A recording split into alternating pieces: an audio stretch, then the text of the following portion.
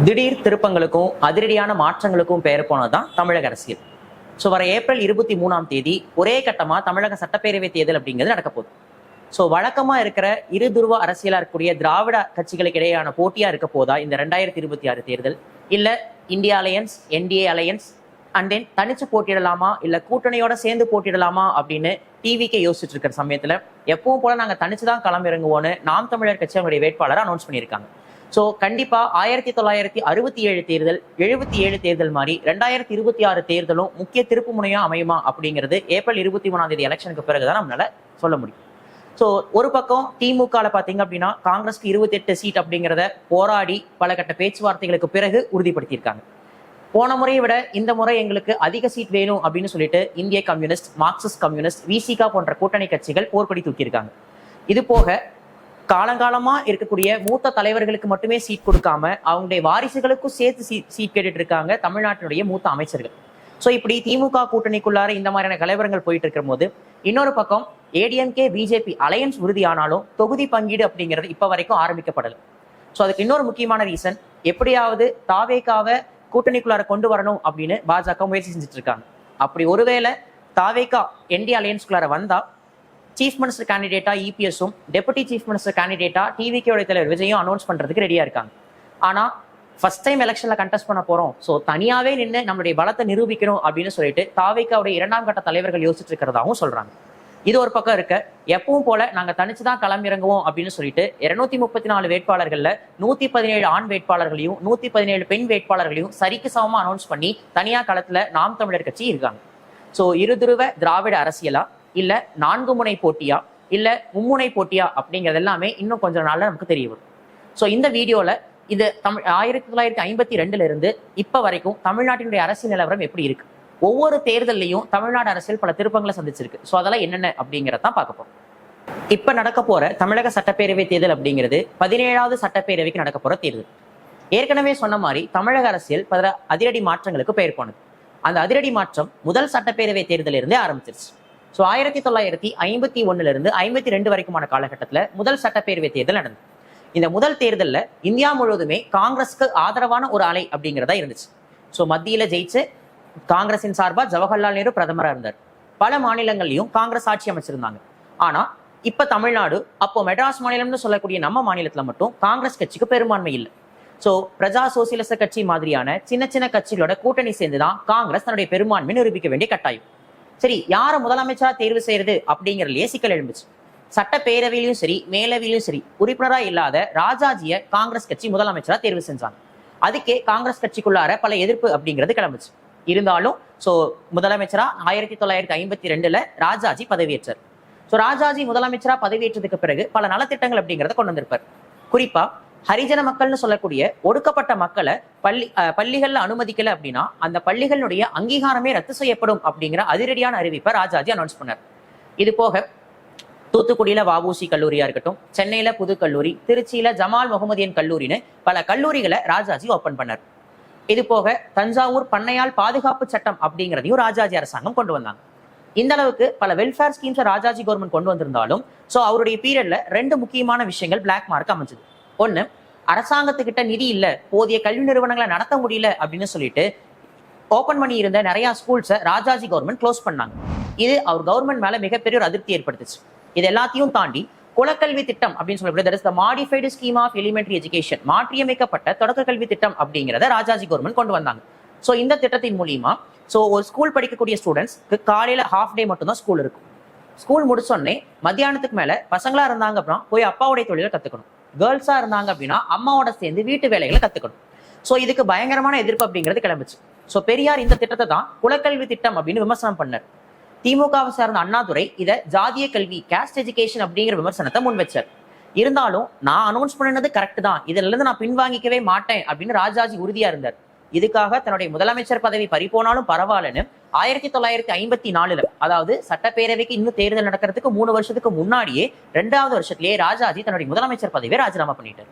So Rajaji தன்னுடைய முதலமைச்சர் பதவியை ராஜினாமா பண்ணோடனே அடுத்து காங்கிரசின் சார்பா யார் முதலமைச்சர் ஆக்குறது அப்படிங்கிற தீவிர ஆலோசனை நடந்தது. அப்போ தேர்தல் அரசியலையே இல்லாத தந்தை பெரியார் என்ன சொல்றாரு அப்படின்னா, இவரை முதலமைச்சர் ஆக்குனா கண்டிப்பா தமிழ்நாடு வளம் பெறும் அப்படின்னு சொல்லி இவரை கை காற்றார். அவருதான் கர்ம வீரர் காமராஜர்.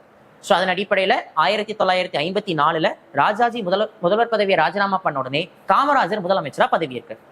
காமராஜர் முதலமைச்சர் ஆகும்போது அவர் வந்துட்டு எந்த சட்டப்பேரவையிலோ இல்ல மேலவையிலோ உறுப்பினரா இல்ல, அதுக்கு மாறா நாடாளுமன்றத்துல தான் உறுப்பினரா இருந்தார். ஆனா ஒருத்தர் முதலமைச்சரானா அடுத்த 6 மாசத்துக்குள்ளார ஏதாவது ஒரு அவையில உறுப்பினராயிரும். அப்ப சட்டமேலவைக்கான தேர்தல் வந்துச்சு. ஆனா காமராஜர் என்ன சொல்லிட்டாருன்னா, நான் மக்களுடைய அபிப்பிராயத்தை தெரிஞ்சுக்க விரும்புறேன், சோ அதனால நான் சட்டமேலவை தேர்தலை போட்டியிடல, பேரவை தேர்தலை போட்டியிடுறேன் அப்படின்னு சொல்லிட்டு குடியாத்தம் தொகுதியில இடைத்தேர்தலை கண்டெஸ்ட் பண்ணி காமராஜர் வெற்றி பெற்று முதலமைச்சராகவும் சட்டப்பேரவை உறுப்பினராகவும் தொடர்ந்தார்.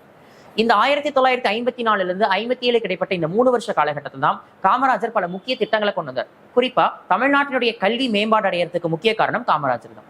ஏன்னா மதியுணவு திட்டம் அப்படின்னு சொல்லக்கூடிய மிட் டே மீல் ஸ்கீம் அப்படிங்கிறது காமராஜர் காலகட்டத்தில் இந்த ஆட்சி காலகட்டத்தில் தான் கொண்டு வரப்பட்டது. இந்த மாதிரியான வெல்ஃபேர் ஸ்கீம்ஸ் தான் 1957 நடந்த 2வது சட்டப்பேரவை தேர்தலில் காங்கிரஸ்க்கு பெரும்பான்மையை கொடுத்து மீண்டும் காங்கிரஸ் ஆட்சி அமைக்கிறதுக்கு காரணமா இருந்தது. ஸோ 2வது முறையா காமராஜர் 1957 முதலமைச்சரா பதவியேற்றார். இதுக்கிடையில 1963 கேப்லனுடைய விளைவா காமராஜர் தன்னுடைய முதலமைச்சர் பதவியை ராஜினாமா பண்றார். ஸோ 1954 1963 வரைக்கும் தொடர்ச்சியா 9 ஆண்டுகள் காமராஜர் முதலமைச்சர் பதவியில் இருந்தார். சோ காமராஜர் பதவி விலகினதுக்கு பிறகு 2ஆம் கட்ட தலைவராக இருந்த பக்தவத்சலம் தமிழ்நாட்டினுடைய முதலமைச்சரா பதவியேற்கிறார். சோ 1963 67 வரைக்கும் மீதி இருக்கிற 4 வருஷம் பக்தவத்சலம் ஆட்சியில தான் தமிழகம் இருந்தது. இந்த காலகட்டத்துல தமிழ்நாடு பல முக்கியமான பிரச்சனைகளை சந்திச்சு. 2 முக்கியமான விஷயம். அதுல முதல் விஷயம் என்ன அப்படின்னா, கடுமையான உணவு பஞ்சமும் உணவு பற்றாக்குறையும் விலைவாசி உயர்வு. சோ அரிசி போன்ற அத்தியாவசிய பொருட்களை பதுக்கி வைக்கிறது, இதனால அத்தியாவசிய பொருட்களுடைய விலை ஏறுறது, உணவு பற்றாக்குறை அப்படிங்கிறது ஏற்பட்டுச்சு. 2வது முக்கியமான விஷயம், மத்திய அரசாங்கம் கொண்டு வந்த Hindi as a compulsory language, Hindi மொழியை கட்டாயமாக்குனது. சொல்ல போனா திராவிட முன்னேற்ற கழகத்துக்கு அரசியல் வாழ்க்கையை ஏற்படுத்தி கொடுத்ததே இந்த ஹிந்தி திணிப்பு போராட்டம் அப்படின்னு சொல்லலாம். சோ மத்திய அரசு போட்டித் தேர்வுகள் எல்லாம் ஹிந்தி கட்டாய மொழியா இருக்கணும் அப்படின்னு சொல்லிட்டு ஜனவரி 26 1965 பாத்தீங்க அப்படின்னா மத்திய அரசு ஒரு உத்தரவை கொண்டு வந்தாங்க. சோ இதுக்கு எதிராக தமிழ்நாட்டில் இருக்கக்கூடிய இளைஞர்கள் மிக தீவிரமா போராட்டம் நடத்தினாங்க. அதுதான் பராசக்தி படத்துல கூட நம்ம பார்த்திருப்போம். சோ அந்த போராட்டத்தினுடைய விளைவு காங்கிரஸ் கட்சிக்கு பயங்கரமான ஒரு அதிருப்தி ஏற்பட்டுச்சு. ஏன்னா அந்த போராட்டத்துல பல இளைஞர்கள் சுட்டுக் கொல்லப்பட்டாங்க. ஆனா சீஃப் மினிஸ்டர் இருந்த பக்தவத்சலமும் சரி, அப்போ மத்தியில இருந்த காங்கிரஸ் அரசும் சரி, அதுக்கு எதிராக எந்த விதமான நடவடிக்கையும் எடுக்கல அப்படிங்கிற ஒரு புகார் காங்கிரஸ் மேல இருந்தது. So as a result 1967 election இது எல்லாமே காங்கிரஸ் மேல ஒரு அதிருப்தி ஏற்படுத்தியது. இன்னொரு முக்கியமான விஷயம், இந்த இளைஞர்கள் எல்லாத்தையுமே ஒண்ணு திரட்டி ஹிந்திக்கு எதிரான இந்த போராட்டத்தை ரொம்ப தீவிரப்படுத்தினது திமுகவினுடைய இளைஞரணி. சோ அதுதான் 1967 தேர்தலில் எதிரொலிச்சது. இன்னொரு முக்கியமான விஷயம், 1967 பிறகு காங்கிரஸ் தமிழ்நாட்டில் ஆட்சி அமைக்காம போனதுக்கு முக்கியமான காரணமும் இந்த ஹிந்தி திணிப்பு போராட்டம் தான்.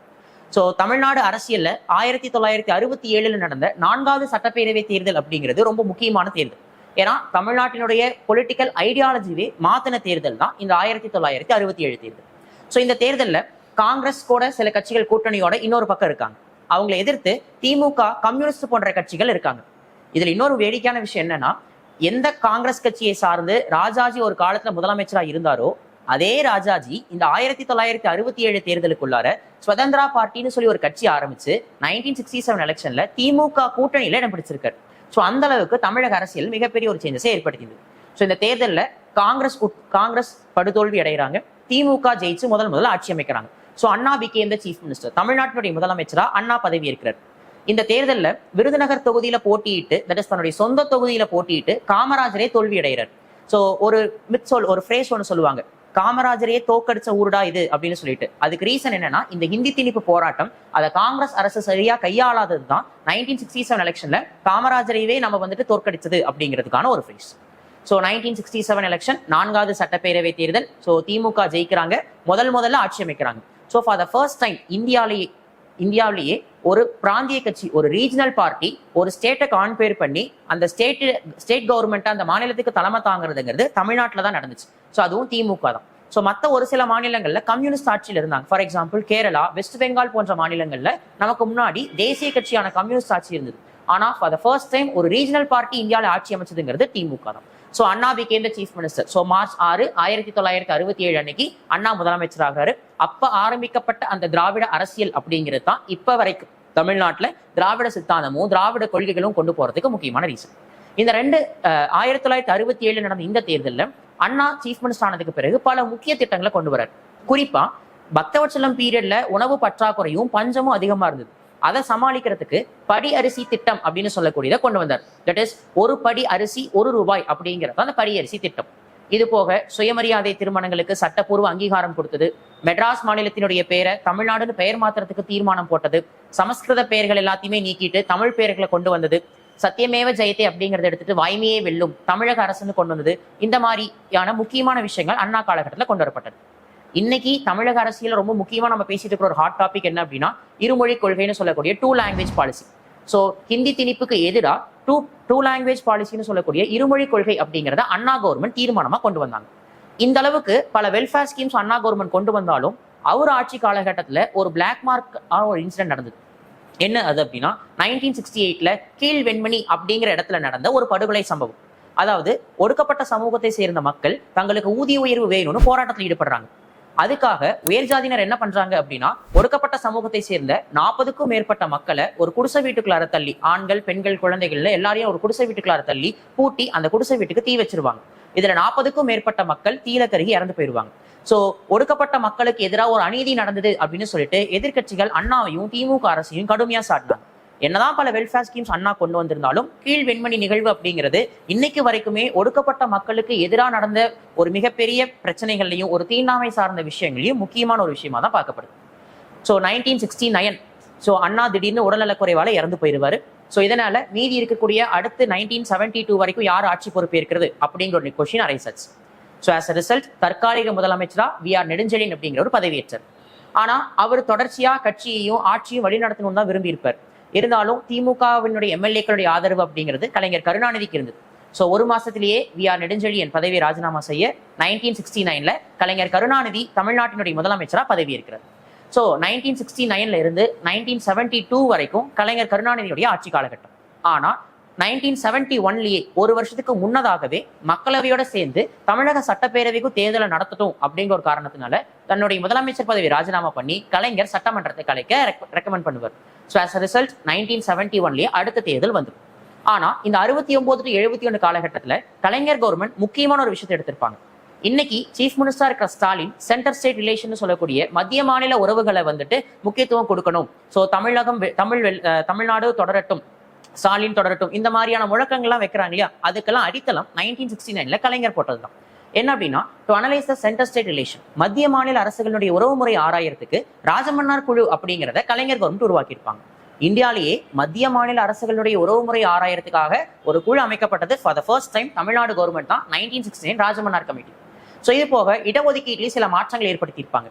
இது எல்லாமே அடுத்து வரக்கூடிய தேர்தல், தட் இஸ் 5வது சட்டப்பேரவை தேர்தலில் திமுகவுக்கு சாதகமான ஒரு நிலையத்தை ஏற்படுத்தியிருந்தது. அண்ணா கொண்டு வந்த நலத்திட்டங்கள், அதை கலைஞர் கண்டினியூ பண்ணின விஷயங்கள் எல்லாமே 5வது சட்டப்பேரவை தேர்தலையும் மீண்டும் மக்கள் திமுகவுக்கு ஆதரவு கொடுத்தாங்க. மறுபடியும் திமுகவே ஜெயிச்சாங்க. 1957 நடந்த 2வது சட்டப்பேரவை தேர்தல் காங்கிரஸுக்கும் காமராஜருக்கும் எந்த அளவுக்கு முக்கியமோ அதே மாதிரி திமுகவுக்கும் ரொம்ப முக்கியமான தேர்தல். ஏன்னா இதுதான் திராவிட முன்னேற்ற கழகம் முதல்ல போட்டியிட்ட தேர்தல்னே சொல்லலாம். ஸோ அண்ணா காஞ்சிபுரம்ல இருந்தும் கலைஞர் குளித்தலையில இருந்தும் போட்டிட்டு இருப்பாங்க. ஸோ திமுக இந்த சட்டப்பேரவை தேர்தலில் 15 இடங்கள்ல ஜெயிச்சு முதல் முறையா சட்டமன்றத்துக்குள்ளார போயிருப்பாங்க. So Kamarajar versus DMK, that is Kamarajar versus Annadurai அப்படின்னு சொல்லி தமிழக அரசியல் களம் இந்த தேர்தலுக்கு பிறகுதான் மாற ஆரம்பிச்சிருக்கும். இன்னொரு முக்கியமான விஷயம், இந்த காலகட்டத்தில் காமராஜர் பல அணைகளையும் பல நீர்ப்பாசன திட்டங்களையும் செயல்படுத்தியிருப்பார். இது போக கல்விக்கு பல முக்கியத்துவத்தை கொடுத்திருப்பார். மதிய உணவு திட்டத்தை விரிவுபடுத்துறதா இருக்கட்டும், இலவச பள்ளி சீருடைகள் வழங்கக்கூடியது, இலவச பாட புத்தகங்கள் வழங்கக்கூடியது, கல்வியை மேம்படுத்துறதுக்கு கல்விக்கு நிதி ஒதுக்குறதுக்கு பல மாநாடுகளை நடத்தினதுன்னு சொல்லி கல்வி சார்ந்தும் முக்கியமான நீர்ப்பாசன திட்டங்கள், முக்கிய அணைகள், அண்ட் தென் திருச்சியில பெல் நிறுவனம், நெய்வேலி நிலக்கரி சுரங்க நிறுவனம் மாதிரி பல பொதுத்துறை நிறுவனங்களை தொடங்கினதுன்னு தமிழ்நாடு முழுக்க நவீனத்தை நோக்கி வளர்ச்சி அடைய ஆரம்பிச்சது இந்த 57 to 62 காலகட்டம். ஸோ வளர்ச்சி ஒரு பக்கம் இருந்தாலும் அரசியல் ரீதியான போராட்டங்களும் இந்த 57 to 62 தான் ரொம்ப தீவிரமா இருந்துச்சு. ஸோ குறிப்பா ஜவஹர்லால் நேரு அரசாங்கம் ஹிந்தியை கட்டாயமாக்கணும் அப்படிங்கிற ஒரு முடிவை கொள்கை ரீதியா இந்த காலகட்டத்தில் எடுத்திருந்தாங்க. ஸோ இதுக்கு எதிர்ப்பு தெரிவிச்சு தமிழ்நாட்டில் திமுக தீவிரமான போராட்டத்தை முன்னெடுத்திருந்தாங்க. டால்மியாபுரம் அப்படிங்கிற பேரை கள்ளக்குடின்னு மாத்தணும் அப்படிங்கிறதுக்காக கலைஞர் கருணாநிதி தலைமையில தீவிரமா போராட்டம் நடந்தது. ஸோ ஹிந்தி எதிர்ப்புக்காக திமுக குரல் கொடுக்க ஆரம்பிச்சதும் 57 to 62 தான். ஸோ இப்போ 57 to 62ங்கிறது காங்கிரஸ் காமராஜருக்கு மட்டும் முக்கியமான காலகட்டம் கிடையாது, திமுக அண்ணா கலைஞர் போன்ற எதிர்கட்சிகளுக்கும் முக்கியமான காலகட்டமாக அமைஞ்சது. இதுக்கு அடுத்தது 3வது சட்டப்பேரவை தேர்தல் 1962. தமிழக அரசியல் பல மாற்றங்களை சந்திச்சது இந்த 62 to 67 காலகட்டத்துல தான். ஏன்னா 62ல மறுபடியும் காங்கிரஸே பாத்தீங்க அப்படின்னா ஜெயிக்கிறாங்க, காமராஜரே மீண்டும் முதலமைச்சராகிறார். காரணம் கடந்த காலகட்டங்கள் அவங்க கொண்டு வந்திருந்த நலத்திட்டங்கள் அப்படிங்கிறது. இதுல இன்னொரு முக்கியமான விஷயம் என்ன அப்படின்னா, 62ல நடந்த 3வது தேர்தல் பிரச்சாரத்தின் போது காமராஜர் சொன்ன ஒரு விஷயம், கடந்த முறை திமுக ஜெயிச்ச அந்த 15 இடங்கள் இந்த முறை அவங்க ஜெயிக்க கூடாது அப்படின்னு சொல்லிட்டு காமராஜர் உறுதிமொழி எடுத்து தீவிரமா பிரச்சாரம் செஞ்சார். அதே மாதிரியே ஓகேங்களா, அந்த 15 இடங்கள்ல கலைஞரை தவிர 14 இடங்கள்ல திமுக தோல்வி அடைஞ்சது. ஆனா அதுக்கு மாற்றா திமுக 50 இடங்கள்ல ஜெயிச்சது. அதை பத்திரிகைகளும் அரசியல் விமர்சகர்களும் கடுமையா விமர்சனம் செஞ்சாங்க. என்ன அப்படின்னா, காமராஜர் 15 இடங்களை பார்த்துட்டு 50 இடங்களை கோட்டை விட்டுட்டாரு அப்படிங்கிற விமர்சனத்தை முன் வச்சாங்க. திமுக ஒரு பிரதான எதிர்கட்சியா தமிழக சட்டப்பேரவைக்குள்ளார இந்த 62 to 67 காலகட்டங்கள்ல நுழையிறாங்க. காங்கிரஸ் சார்பா மீண்டும் 3வது முறையாக காமராஜரே பதவியேற்கிறார். ஆனா இந்த முறை காமராஜருக்கு நிறைய சவால்கள் ஏற்பட்டிருந்தது. அதுக்கு முக்கியமான காரணம் 1962ல நடந்த Indo China war. Indo China வார்ல இந்தியா தோல்வி அடைஞ்சதுக்கு பிறகு இந்தியா முழுவதும் காங்கிரஸ், ஜவஹர்லால் நேரு அப்படின்னு இருந்த அந்த ஒரு பிம்பம் கொஞ்சம் கொஞ்சமா குறைய ஆரம்பிச்சது. இதனுடைய விளைவு பல மாநிலங்கள்லையும் பல இடைத்தேர்தல்களையும் காங்கிரஸ் கொஞ்சம் கொஞ்சமா தோல்வியட ஆரம்பிச்சது. அதே மாதிரிதான் தமிழ்நாட்டுல திருவண்ணாமலையில இடைத்தேர்தல் நடந்துச்சு. அந்த இடைத்தேர்தல்ல ஆளுங்கட்சியா இருந்த காங்கிரஸ் தோத்து திமுக ஜெயிக்கிறாங்க. சோ இதுவே காங்கிரஸ் எந்த அளவுக்கு அதிருப்தியை ஏற்படுத்தி இருக்காங்க அப்படிங்கிறது தெரிய வந்தது. அதனாலேயே காமராஜர் ஒரு திட்டத்தை கொண்டு வந்தார். அந்த திட்டம் தான் கே பிளான் அப்படின்னு சொல்லுவாங்க, காமராஜர் திட்டம்னு சொல்லுவாங்க. என்ன அப்படின்னா, காங்கிரஸ் கட்சியுடைய மூத்த தலைவர்கள் கட்சியை பார்த்துக்கணும், 2ஆம் கட்ட தலைவர்கள் ஆட்சி நிர்வாகத்தை பார்த்துக்கணும் அப்படிங்கிறதான் கே பிளான். சோ காமராஜர் பேச்சை கேட்டு லால் பகதூர் சாஸ்திரி உட்பட பல மத்திய அமைச்சர்கள் தங்களுடைய பதவியை ராஜினாமா பண்ணி கட்சியை வளர்க்கக்கூடிய பணிக்கு வந்தாங்க. ஈவன் பிரதமரா இருந்த ஜவஹர்லால் நேருவே தன்னுடைய பிரதமர் பதவியை ராஜினாமா பண்ண முன் வந்தார். ஆனா காமராஜர் கேட்டுட்டனாலதான் நேரு அந்த பிரதமர் பதவியிலேயே தொடர்ந்து இருந்தார். 1971 நடந்த 5வது சட்டப்பேரவை தேர்தலில் மீண்டும் திமுகவை ஜெயிச்சு ஆட்சி அமைக்கிறாங்க. அண்ணாவும் கலைஞரும் கொண்டு வந்த நலத்திட்டங்கள் 71 to 76 அடுத்த 5 ஆண்டுகளுக்கு தொடர்ச்சியா இருக்கு. இந்த காலகட்டத்துல முதலமைச்சரா இருந்த கருணாநிதி தன்னுடைய ஒவ்வொரு பிறந்த நாளுக்கும் பல மக்கள் நலத்திட்டங்களை அனௌன்ஸ் பண்ணார். For example, beggars rehabilitation scheme, பிச்சைக்காரர்கள் நறுவாழ்வு திட்டமா இருக்கட்டும், அண்ட் தென் வந்துட்டு குடிசையில்லா தமிழ்நாட்டை உருவாக்கக்கூடிய திட்டம், that is slum clearance board அப்படின்னு சொல்லக்கூடிய குடிசை மாற்று வாரியத்தை உருவாக்குனது, ஸ்டேட் பிளானிங் கமிஷன் மாநில திட்டக்குழுவை உருவாக்குனது, அண்ட் தென் வந்துட்டு கை ரிக்ஷாக்களை ஒழிச்சிட்டு சைக்கிள் ரிக்ஷாக்களை இன்ட்ரடியூஸ் பண்ணதுன்னு சொல்லிட்டு பல வெல்ஃபேர் ஸ்கீம்ஸ் அப்படிங்கிறத கலைஞர் கவர்மெண்ட் கொண்டு வந்தாங்க. ஸோ இப்படி ஆட்சியை சிறப்பாக வழிநடத்தின கலைஞர்ல திமுகவில் நிறைய பிரச்சனைகள் அப்படிங்கிறது அரைசாச்சு. குறிப்பா திமுகவினுடைய பொருளாளராக இருந்த எம்ஜிஆர் திமுகவினுடைய அமைச்சர்கள் மீது ஊழல் குற்றச்சாட்டு அப்படிங்கிறத முன்வைக்கிறார். அதாவது திமுகவினுடைய பொருளாளராக இருந்த எம்ஜிஆர் திமுகவினுடைய கணக்கு வழக்குகளை கேட்கிறார். ஆனா இதுக்கு எதிர்ப்பு தெரிவிச்சு எம்ஜிஆரை திமுகல இருந்தே நீக்கிறாங்க. இதனால எம்ஜிஆர் திமுக அமைச்சர்கள் மீதான ஊழல் புகார்களை குடியரசுத் தலைவர்கிட்ட கொண்டு போய் சப்மிட் பண்றாரு. குறிப்பா வீராணம் ஏரியினுடைய ஊழல் திட்டம் அப்படிங்கிறது மிக முக்கியமான திட்டமா மாறுது. சோ இந்தியால ஒரு மாநில முதலமைச்சர் பேர்ல ஊழல் புகார் பதிவு பண்ணப்பட்டு அந்த ஊழல் புகாரை விசாரிக்கிறதுக்கு இந்திரா காந்தி கவர்மெண்ட் சர்க்காரியா கமிஷன்கிறதே அப்பாயிண்ட் பண்ணாங்க. இது எல்லாமே கலைஞர் கவர்மெண்ட்டுக்கு பயங்கர டிராபேக்கா அமைஞ்சது. இதுக்கிடையில தான் 1972ல திமுக இருந்து நீக்கப்பட்ட எம்ஜிஆர் ஆல் இந்தியா அண்ணா திராவிட முன்னேற்ற கழகம்னு சொல்லக்கூடிய அதிமுகவை தொடங்கியிருப்பார். ஒரு பக்கம் திரைப்படங்கள் மூலியமாகவும் இன்னொரு பக்கம் மக்கள் நலப்பணி மூலியமாகவும் எம்ஜிஆருக்கான ஆதரவு அதிகரிச்சுட்டே வந்தது. ஆனா கலைஞரும் அவருடைய ஆட்சி காலகட்டத்தில் பல நலத்திட்டங்களை செஞ்சாங்க. சோ யாரு பக்கம் ஓட்டு போடுறது அப்படின்னு மக்கள் குழம்பி இருந்த ஒரு காலகட்டம். ஆனா அந்த நேரத்துல 1975ல இந்திரா காந்தி நேஷனல் எமர்ஜென்சின்னு சொல்லக்கூடிய தேசிய நெருக்கடி நிலை அப்படிங்கறத அமல்படுத்துறாங்க. சோ தான் தேர்தலை போட்டியிட்டது செல்லாது, தேர்தலை போட்டிட்டு ஜெயிச்சது செல்லாது அப்படின்னு நீதிமன்ற தீர்ப்பு வர இந்திரா காந்தி தன்னுடைய பிரதமர் பதவியை ராஜினாமா பண்ற மாதிரி இருந்துச்சு. ஸோ ஆஸ் அ ரிசல்ட் தன்னுடைய சுயநலத்துக்காக சுய லாபத்துக்காக 1975ல இந்திரா காந்தி நேஷனல் எமர்ஜென்சின்னு சொல்லக்கூடிய தேசிய நெருக்கடி நிலையை கொண்டு வந்தாங்க. அந்த தேசிய நெருக்கடி நிலையை அப்ப சீஃப் மினிஸ்டர் இருந்த கலைஞர் கடுமையா எதிர்த்தார். என்னைவா எதிர்க்கிறீங்க அப்படின்னு சொல்லிட்டு 1976 இறுதியில திமுக ஆட்சி முடிகிற மாதிரி இருந்துச்சு. ஆனா அதுக்கு பல மாதங்களுக்கு முன்னாடி 1976 ஜான்வரியிலேயே கலைஞர் தலைமையிலான திமுக அரசாங்கத்தை இந்திரா காந்தி கவர்மெண்ட் டிசால்வ் பண்ணாங்க. சோ கலைஞர் அப்ப சொன்னார், என்னுடைய ஆட்சி போனாலும் போகட்டும், என்னைக்கும் நான் என்னுடைய கொள்கையிலிருந்து மாற மாட்டேன் அப்படின்னு சொன்னார். அதனுடைய விளைவு தான் 1976ல கலைஞர் கவர்மெண்ட் டிசால்வ் பண்றாங்க. சோ அடுத்த 6 months பிரசிடென்ட் ரூல், குடியரசுத் தலைவர் ஆட்சிங்கிறது அடுத்த ஓராண்டு வரைக்கும் தொடருது. ஸோ 1977 எலெக்ஷன், 1977 தேர்தல் 6வது சட்டப்பேரவைக்கான தேர்தல். எப்படி 67 தேர்தலில் ஒரு மிகப்பெரிய ஆட்சி மாற்றத்தை தமிழகம் சந்திச்சதோ 77லையும் இந்த மிகப்பெரிய ஆட்சி மாற்றம் அமைஞ்சது. இந்தியாவிலேயே கட்சி தொடங்கப்பட்டு 5 ஆண்டுகளுக்குள்ளார ஆட்சியை பிடிச்ச சாதனை அப்படிங்கிறது தமிழ்நாட்டில் தான் நடந்தது. அதுவும் எம்ஜிஆர் தலைமையிலான அதிமுகனால மட்டும்தான் அது முடிஞ்சது. ஸோ 1977 எம்ஜிஆர் ஜெயிச்சு முதலமைச்சராக பதவியேற்றார். இதுல இன்னொரு வேடிக்கையான விஷயம் என்ன அப்படின்னா, இந்தியா முழுவதும் 1977 எலெக்ஷன்ல காங்கிரஸ் எதிரான ஒரு அலை இருந்தது.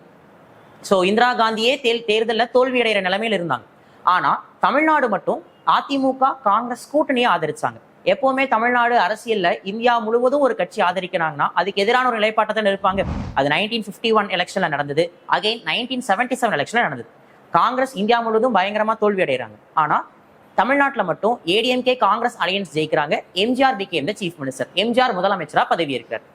ஆனா எம்ஜிஆருடைய இந்த 5 ஆண்டு காலம் அப்படிங்கிறது முழுவதுமா இல்லை. அதுக்கு ரீசன் மறுபடியும் இன்னொரு தமிழக அரசியல் ஒரு ட்விஸ்டை சந்திச்சது. அது என்ன அப்படின்னா, எந்த எம்ஜிஆரும் இந்திரா காந்தியும் சேர்ந்து 1977 கூட்டணி வச்சாங்களோ, இந்த முறை எம்ஜிஆருடைய கூட்டணியை விட்டு இந்திரா காந்தி டிஎம்கே அலையன்ஸோட போறாங்க.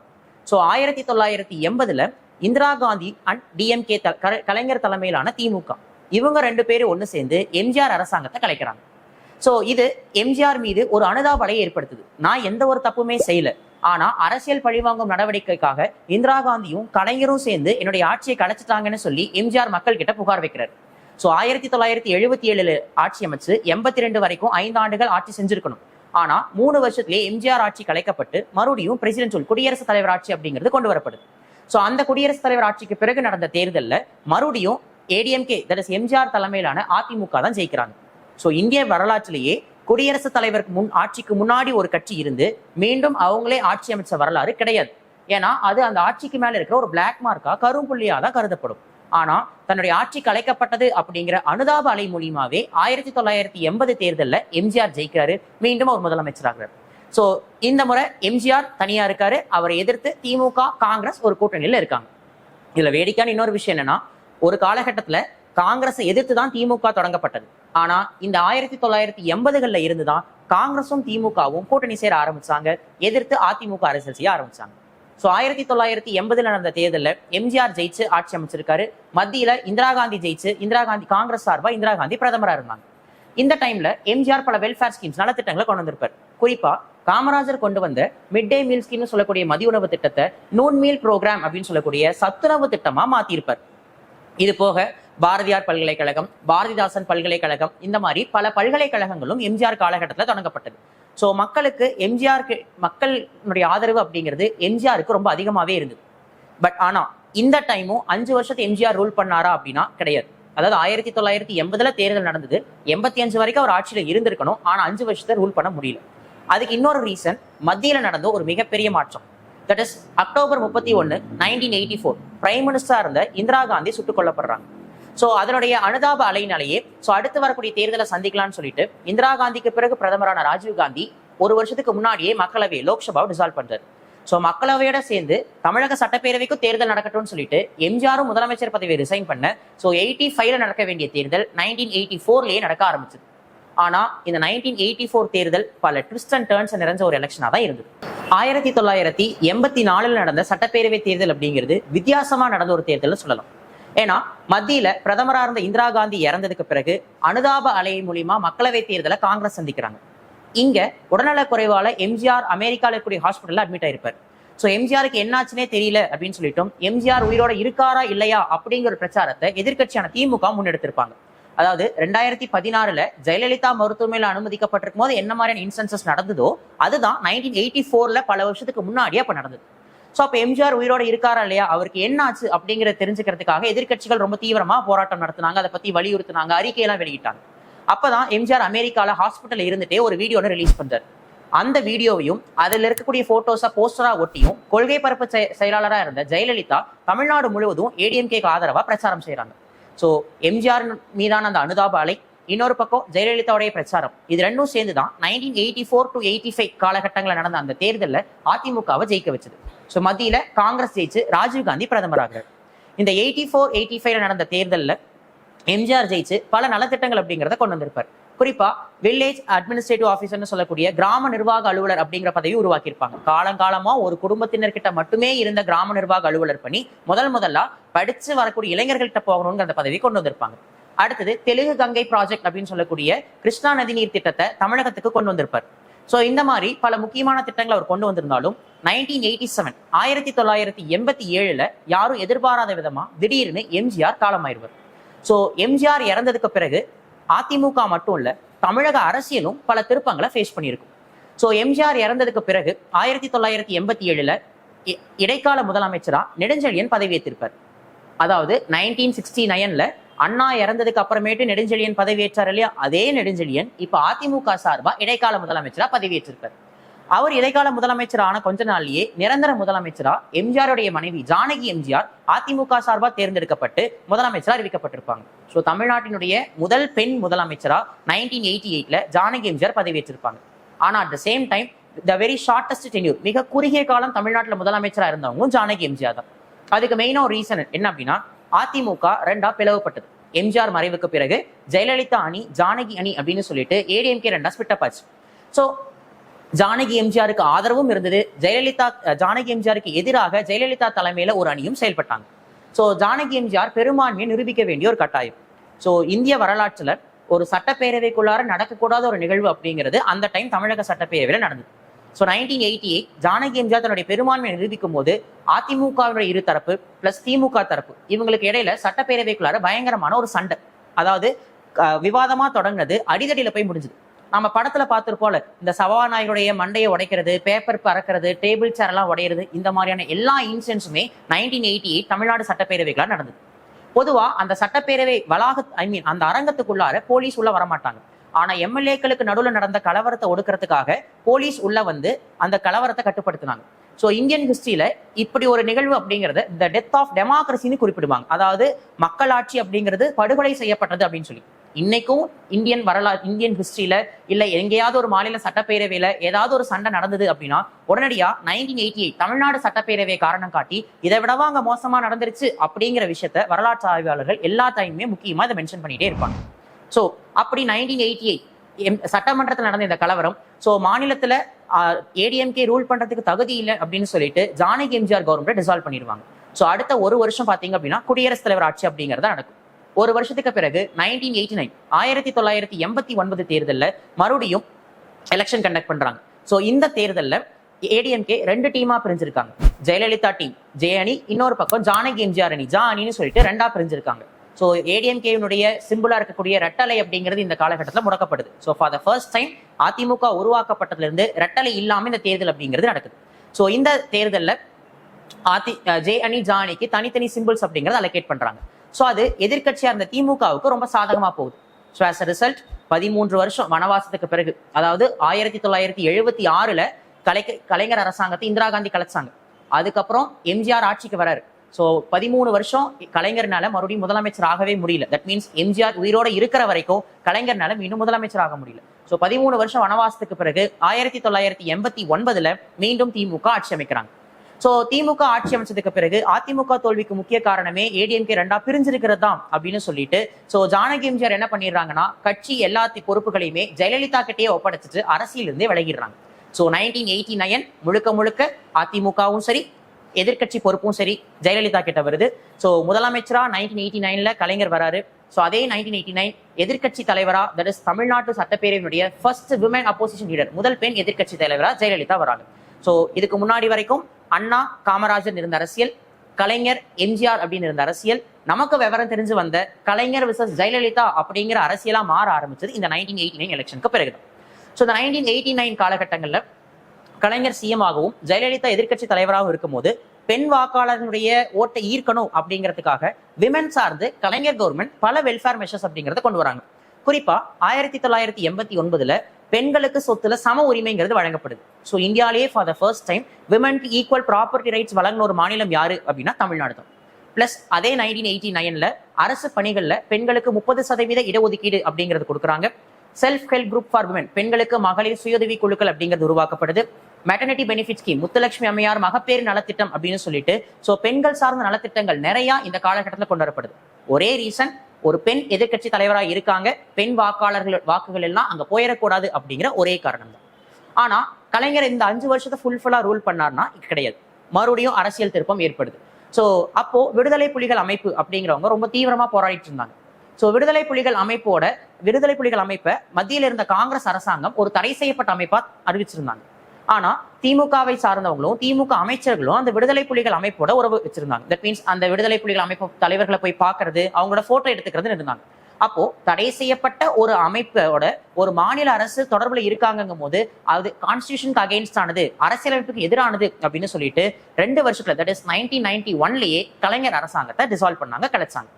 அதுக்கு பின்னாடி இன்னொரு அரசியல் நிகழ்வு இருக்குன்னு சொல்றாங்க. ஸோ அப்போ மத்தியில பிரதமராக இருந்த சந்திரசேகருக்கும் ஜெயலலிதாவும் கூட்டணியில் இருந்ததாகவும், ஸோ ஜெயலலிதா கேட்டுட்டனாலதான் பிரதமராக இருந்த சந்திரசேகர் 1991 கலைஞர் கவர்மெண்ட் டிசால்வ் பண்ணதாகவும் சொல்றாங்க. ஸோ 1991 கலைஞர் கவர்மெண்ட் டிசால்வ் ஆகுது. 6 மாசம் குடியரசுத் தலைவர் ஆட்சி, மறுபடியும் தேர்தல் அறிவிக்கப்படுது. 1980 எப்படி அனுதாப அலை, தட் இஸ் தன்னுடைய ஆட்சியை கலைச்சு அனுதாப அலைய மூலியமா எம்ஜிஆர் வந்துட்டு மீண்டும் தேர்தலை ஜெயிச்சாரோ, அதே மூலியமா மறுபடியும் தேர்தலை ஜெயிக்கிறதுக்கு கலைஞர் முடிவு பண்ணார். ஆனா இந்த இடத்துலதான் முக்கியமான ஒரு ட்விஸ்டும் பரிதாபமான ஒரு இன்சிடென்ட்டும் நடந்துச்சு. ஸோ 1991 சட்டப்பேரவைக்கும் மக்களவைக்கும் ஒரே கட்டமா தேர்தல் நடக்குது. ஸோ அந்த தேர்தல் பிரச்சாரத்துக்காக தமிழ்நாடு வந்த முன்னாள் prime minister Rajiv Gandhi கொல்லப்படுறார். So Rajiv Gandhi கொலை செய்யப்படுறதுக்கு முன்னாடி வரைக்கும் திமுகவுக்கு ஆதரவான ஒரு நிலைப்பாடு, கலைஞர் ஆட்சியை அநியாயமா டிசால்வ் பண்ணிட்டாங்களே அப்படிங்கிற ஒரு நிலைப்பாடு தான் இருந்தது. ஆனா 1991 ராஜீவ் காந்தியினுடைய படுகொலை திமுகவுக்கு எதிரான ஒரு அதிருப்தி அலையை ஏற்படுத்துச்சு. ஏன்னா அந்த தேர்தல் காங்கிரஸும் அதிமுகவும் கூட்டணி அமைச்சிருந்த ஒரு தேர்தல். ஸோ அப்போ காங்கிரஸ் கட்சி சார்பாக இருந்த ராஜீவ் காந்தி கொலை செய்யப்பட்டிருப்பார். ஸோ இதனால அனுதாப அலை அப்படிங்கிறது காங்கிரஸுக்கும் அதிமுகவுக்கும் சாதகமா மாறுச்சு. ஸோ 234 தொகுதியில 230 தொகுதியில அதிமுகவும் காங்கிரஸும் தான் ஜெயிச்சாங்க. திமுக தன்னுடைய என்டையர் பொலிட்டிக்கல் ஹிஸ்டரியில மிக படுதோல்வி சந்திச்சது 1991 எலெக்ஷன். கலைஞரை தவிர திமுக சார்பா வேற யாருமே ஜெயிக்கவே கிடையாது. இன்னும் சிம்பிளா சொல்லணும் அப்படின்னா திமுக எதிர்கட்சி அந்தஸ்து கூட இல்லாம கம்ப்ளீட் ஜீரோவா 1991 to 1996 சட்டப்பேரவையில இருந்தாங்க. ஸோ அப்போ for 1991 election Congress ADMK alliance. So for the first time Jayalalithaa became the chief minister. Jayalalithaa 91 முதலமைச்சரா முதல்ல பதவி இருக்கிறாங்க.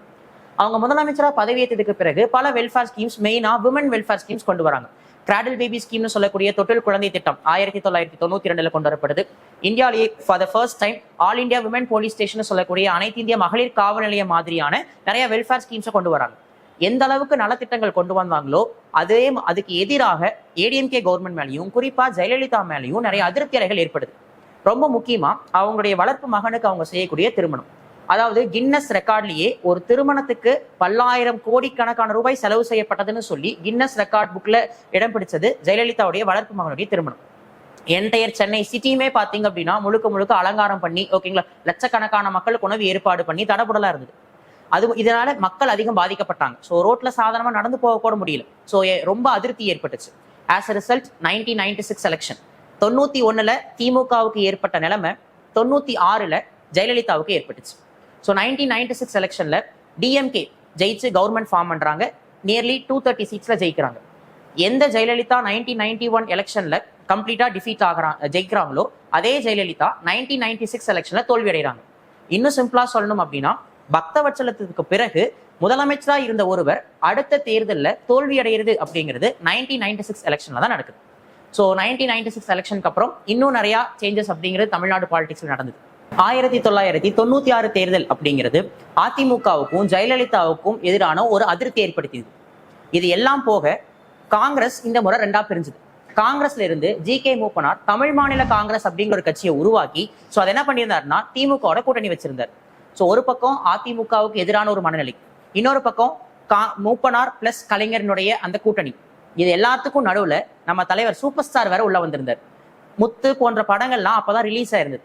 ஸோ உள்ள என்ன பண்றாரு அப்படின்னா, மீண்டும் அதிமுக ஆட்சி அமைத்தால், குறிப்பா ஜெயலலிதா மறுபடியும் முதலமைச்சர் ஆனாங்க அப்படின்னா தமிழ்நாட்டை யாராலையும் காப்பாற்ற முடியாது அப்படிங்கிற ஒரு அனௌன்ஸ்மெண்ட்டை சூப்பர் ஸ்டார் வெளியிட்டார். ஸோ தலைவர் அரசியலுக்கு வருவாரா மாட்டாரா அப்படின்னு எல்லாரும் ஏங்கிட்டு இருந்த காலகட்டத்துல திடீர்னு ஸ்கிரீனுக்குள்ளார ஸோ தமிழ்நாட்டை யாராலையும் இவங்க கையில இருந்து காப்பாற்ற முடியாது, மறுபடியும் ஆட்சிக்கு வந்தாங்கன்னா அப்படிங்கிற ஒரு ஸ்டேட்மெண்ட் கம்ப்ளீட்டா ஓட் அத்தனையுமே திமுகவுக்கு சாதகமா விழுறதுக்கு முக்கிய ரீசன்ஸா அமைஞ்சது. ஸோ 96 தேர்தலில் 234 தொகுதியில 230 தொகுதிகள் கிட்டத்தட்ட திமுகவும் கூட்டணியும் ஜெயிச்சாங்க. ஜெயலலிதா 2 தொகுதியில போட்டிட்டு இருந்தாங்க, 2 தொகுதியிலுமே தோல்வி அடைகிறாங்க. ஸோ பக்தவச்சலத்துக்கு பிறகு தேர்தலில் ஒரு முதலமைச்சரே தோல்வி அடைகிறது அப்படிங்கிறது 96 எலெக்ஷன்ல தான் நடந்தது. இந்த காலகட்டத்தில் கலைஞர் 5 வருஷம் ஃபுல்ஃபில்லா ரூல் பண்றாரு. ஸோ பல வெல்ஃபேர் ஸ்கீம்ஸை கொண்டு வராரு. குறிப்பா ஐடி செக்டர், தகவல் தொழில்நுட்பம், இந்தியாலேயே சவுத் ஏஷியாலேயே மிகப்பெரிய டைடல் பார்க்னு சொல்லக்கூடிய தகவல் தொழில்நுட்ப பூங்காவை சென்னையில தொடங்கினது. மினிபஸ் ஸ்கீம், மினிபஸ் திட்டத்தை தொடங்குனது. சமத்துவபுரம், பெரியார் நினைவு சமத்துவபுரம் ஸ்கீமை லான்ச் பண்ணினது. ஃபார்மர்ஸ் மார்க்கெட்னு சொல்லக்கூடிய உழவர் சந்தை திட்டத்தை கொண்டு வந்தது. இந்த மாதிரி பல வெல்ஃபேர் ஸ்கீம்ஸ்ங்கிறத கலைஞர் கவர்மெண்ட் கொண்டு வந்தாங்க. மாணவர்களுக்கு இலவச பஸ் பாஸ் வழங்கும் திட்டம், கன்னியாகுமரியில திருவள்ளுவருக்கு 133 அடியில உயரமான சிலை, சென்னை கோயம்பேடு பேருந்து நிலையம், இந்த மாதிரி பல உள்கட்டமைப்பு சார்ந்த வசதிகளுக்கு கலைஞர் அரசாங்கம் முக்கியத்துவம் கொடுத்தாங்க. அதுக்கு மட்டும் முக்கியத்துவம் கொடுக்கல, அதிமுகவினுடைய பொதுச் செயலாளர் இருந்த ஜெயலலிதா மேல ஊழல் வழக்குகளை பதிவு பண்றதுக்கும் முக்கியத்துவம் கொடுத்தாங்க. ஸோ டான்சி ஊழல் வழக்கு, சொத்து குவிப்பு வழக்கு அப்படின்னு சொல்லிட்டு பல ஊழல் புகார்கள் அப்படிங்கிறது ஜெயலலிதா மேல முன்வைக்கப்பட்டது. இன்னும் ரொம்ப முக்கியமா இதுக்கு முக்கிய காரணம் ஜெயலலிதா அவங்கன்னே சொல்லலாம். ஏன்னா ஒரு ஸ்டேட்மெண்ட்ல ஜெயலலிதா என்ன சொன்னாங்கன்னா, எனக்கு சம்பளம் வெறும் ₹1 தான் அப்படின்னு சொன்னாங்க. ஆனா அவங்களுடைய வளர்ப்பு மகனுக்கு அந்த காலகட்டத்துல பண்ண திருமணத்தை வச்சு அவங்க எவ்வளவு சம்பாதிச்சாங்க அப்படிங்கிறது தெரிய வந்தது. அதுதான் அவங்க உயிரோட இருக்கிற வரைக்கும் அவங்க மேல ஒரு மிகப்பெரிய பிளாக் மார்க் அமைஞ்ச அந்த சொத்து குவிப்பு வழக்கு அப்படின்னு சொல்லலாம். ஸோ 96 இருந்து 2001 வரைக்கும் 5 வருஷம் கலைஞர் ஃபுல்ஃபில்லா கவர்மெண்ட்டை ரூல் பண்ணார்.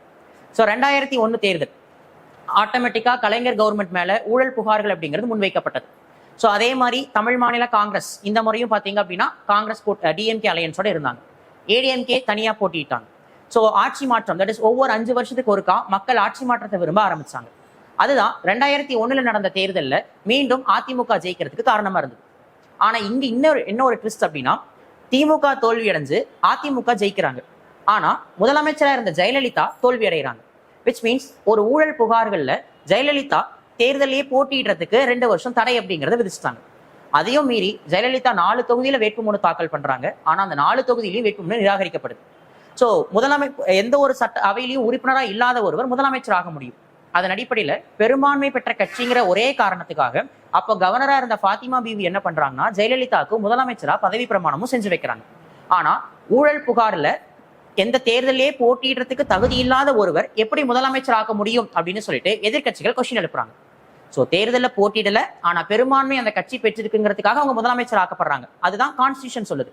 ஆனா அடுத்த 6 மாசத்துக்குள்ளார கண்டிப்பா அவங்க ஏதாவது ஒரு தொகுதியில போட்டியிட்டு தேர்தலில் ஜெயிச்சு சட்டமன்ற உறுப்பினர் ஆயிருக்கணும். ஆனா அவங்க தேர்தலில் போட்டியிடுறதுக்கு அவங்களுக்கு உரிமை இல்லை. சோ அவங்க எப்படி முதலமைச்சர் ஆக்குவீங்கன்னு சொல்லி கவர்னருக்கு அகைன்ஸ்டா குரல் எழுப்புறாங்க.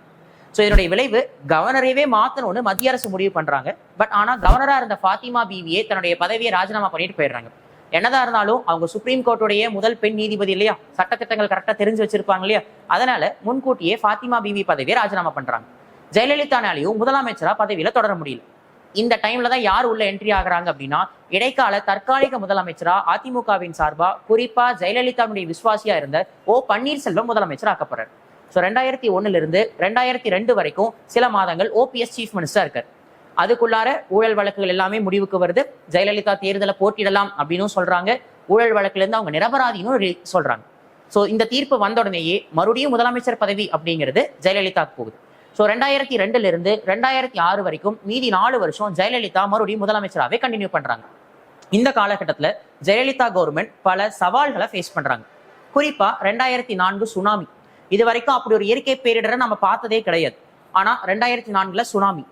அதுக்கு அடுத்தது சந்தன கடத்தல், வீரப்பனுடைய படுகொலை சம்பவம். ஓகேங்களா. சோ வனப்பகுதியில 2 மாநில அரசுகளுக்கும் கிட்டத்தட்ட 30 வருஷத்துக்கு மேல சிம்ம சொப்பனமா இருந்த வீரப்பனை கொலை செய்யறதுக்கு பட்டுப்பூச்சி திட்டம்னு சொல்லக்கூடிய குக்கூன் ப்ராஜெக்ட் அப்படிங்கறத லான்ச் பண்றாங்க. So and then lottery. So lottery சீட்டு விற்பனை அப்படிங்கிறது தமிழ்நாட்டுல ரொம்ப தீவிரமா இருந்தது. சோ லாட்டரிஸை கம்ப்ளீட்டா பேன் பண்றாங்க. அண்ட் தென் நிலத்தடி பிரச்சனை, மழை பொழிவு குறைவா இருந்தனால சென்னை போன்ற இடங்கள்ல பயங்கரமான தண்ணீர் பஞ்சம். நான் விவேக்குடைய காமெடி சீன்ஸ் எல்லாம் பாத்தீங்கன்னா அந்த தண்ணீர் பஞ்சத்தை பத்தி நிறைய சொல்லியிருப்பார். வெறும் காத்து தான் வருது அப்படின்னு. ஸோ அந்த மாதிரி கடுமையான தண்ணீர் பஞ்சம் எல்லாம் இருந்துச்சு. ஸோ அதை போக்குறதுக்காக ரெயின் வாட்டர் ஹார்வெஸ்டிங் ஸ்கீம்னு சொல்லக்கூடிய மழைநீர் சேகரிப்பு திட்டம்னு இந்தியாவிலேயே முன்னோடி திட்டமா கொண்டு வந்தாங்க. ஸோ பல சவால்கள் இருந்தாலும் அது எல்லாத்தையும் டேக்கிள் பண்ற மாதிரியான ஸ்கீம்ஸை ஜெயலலிதா கவர்மெண்ட் இந்த காலகட்டத்தில் கொண்டு வந்தாங்க. ஸோ எந்த அளவுக்கு இயற்கை போன்ற சவால்கள் அவங்களுக்கு இருந்துச்சோ, அரசு ஊழியர்களுடைய போராட்டமும் அவங்களுக்கு மிகப்பெரிய சவாலா இருந்தது. ஸோ ஊதிய உயர்வு போன்ற விஷயங்களை வலியுறுத்தி தமிழ்நாட்டை சார்ந்த அரசு ஊழியர்கள் எங்களுக்கு வந்துட்டு பதவி உயர்வு வேணும், ஊதிய உயர்வு வேணும் அப்படின்னு சொல்லிட்டு ஜெயலலிதா கவர்மெண்ட்டுக்கு அகைன்ஸ்டா போர்க்கொடி தூக்கியிருப்பாங்க. ஆனா அந்த இடத்துல தான் அவங்க போல்டான ஒரு டெசிஷன் எடுத்தாங்க. என்ன பண்றாங்கன்னா, நைட்டோட நைட்டா லட்சக்கணக்கான அரசு ஊழியர்களை டிஸ்மிஸ் பண்றாங்க. ஸோ பொதுவாகவே ஒரு ஃப்ரேஸ் சொல்லுவாங்க, கவர்மெண்ட் சர்வன்ட்ஸ் எல்லாருமே டிஎம்கேக்கு சாதகமானவங்க தான், ஏடிஎம்கேக்கு எதிரான ஒரு நிலைப்பாட்டோட இருப்பாங்க. அதுக்கு அடித்தளம் இந்த இன்சிடென்ட் தான். ஸோ நைட்டோட நைட்டா லட்சக்கணக்கான அரசு ஊழியர்கள், போராட்டம் நடத்தின அரசு ஊழியர்களை டிஸ்மிஸ் பண்றாங்க. இது ஜெயலலிதா கவர்மெண்ட்டுக்கு எதிராக அரசு ஊழியர்களுக்கு மிகப்பெரிய ஒரு விஷயமா மாறுது. But at the same time அவங்களுடைய போல்டு டெசிஷனை ஒரு தரப்பு மக்கள் பாராட்டவும் செஞ்சாங்க.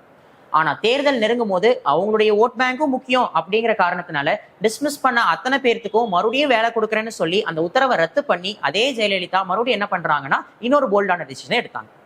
ஸோ 2006 சட்டப்பேரவை தேர்தல் கிட்டத்தட்ட 1951க்கு பிறகு 2006 தேர்தல் ரெண்டும் ஒரே மாதிரியான தேர்தலா இருந்துச்சு. என்ன விஷயம் அப்படின்னா 2006ல எந்த கட்சிக்குமே பெரும்பான்மை அப்படிங்கிறது இல்லை. அதுக்கு முக்கியமான ரீசன் 2005ல கேப்டன் விஜயகாந்த் தொடங்கின தேமுதிக அப்படிங்கிற கட்சி தான். ஸோ எப்படி எம்ஜிஆருக்கு ஒரு ஆதரவு இருந்ததோ, அண்ணா, காமராஜர், கலைஞர் போன்றவர்களுக்கு ஒரு ஆதரவு இருந்ததோ, அதே மாதிரி திரைப்படத்துல இருந்து அரசியல் வாழ்க்கைக்கு வந்த விஜயகாந்துக்கும் ஒரு ஆதரவு இருந்தது. ஸோ 2005ல் அவர் கட்சி தொடங்கி 2006 தேர்தலை சந்திக்கிறார். ஸோ காலங்காலமா திமுக, அதிமுக அப்படிங்கிற ஒரு கூட்டணியில மக்கள் வாக்களிச்சுட்டு இருந்தாங்க. பட் மாற்று அரசியல் ஒண்ணு வருது அப்படின்னு சொல்லிட்டு 2006 தேர்தலில் குறிப்பிட்ட சில வாக்குகள் தேமுதிகவுக்கு போகுது.